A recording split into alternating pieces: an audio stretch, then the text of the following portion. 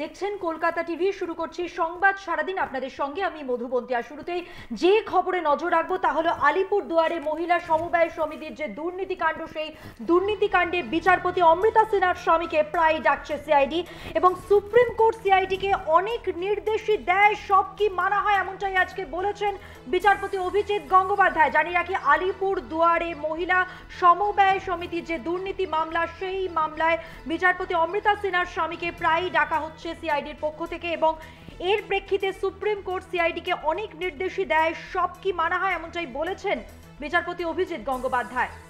প্রশ্ন তুলেছেন তিনি। আলিপুরদুয়ার মহিলা সমবায় দুর্নীতি মামলা, আমরা জানি বিচারপতি অমৃতা সিনহার স্বামী, তাকে সিআইডি ডাকে এবং প্রায় অনেক ঘন্টায় তাকে জিজ্ঞাসাবাদ করা হয়। আমরা জানি তিনি হেনস্থার শিকার, এমনটাই তিনি অভিযোগ তুলেছিলেন এবং আজ বিচারপতি অভিজিৎ গঙ্গোপাধ্যায় তিনি বলেছেন যে সুপ্রিম কোর্ট সিআইডিকে অনেক নির্দেশই দেয়, সব কি তারা মানে, সব কি মানা হয় এমনটাই প্রশ্ন তুলেছেন তিনি। এর আগে আমরা জানি বেশ কয়েকবার স্বামীকে সিআইডি তলব করে।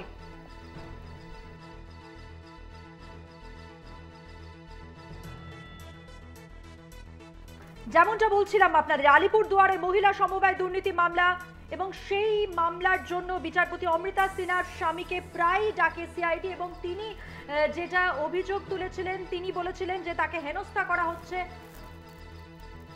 বেশ কয়েক ঘন্টা জিজ্ঞাসাবাদ করা হয় এর আগে আমরা জানি তাকে, এবং আজ বিচারপতি অভিজিৎ গঙ্গোপাধ্যায় তিনি যেটা বলেছেন যে সুপ্রিম কোর্ট সিআইডিকে অনেক নির্দেশ দেয়, সব কি মানা হয় এমনটাই প্রশ্ন তুলেছেন তিনি।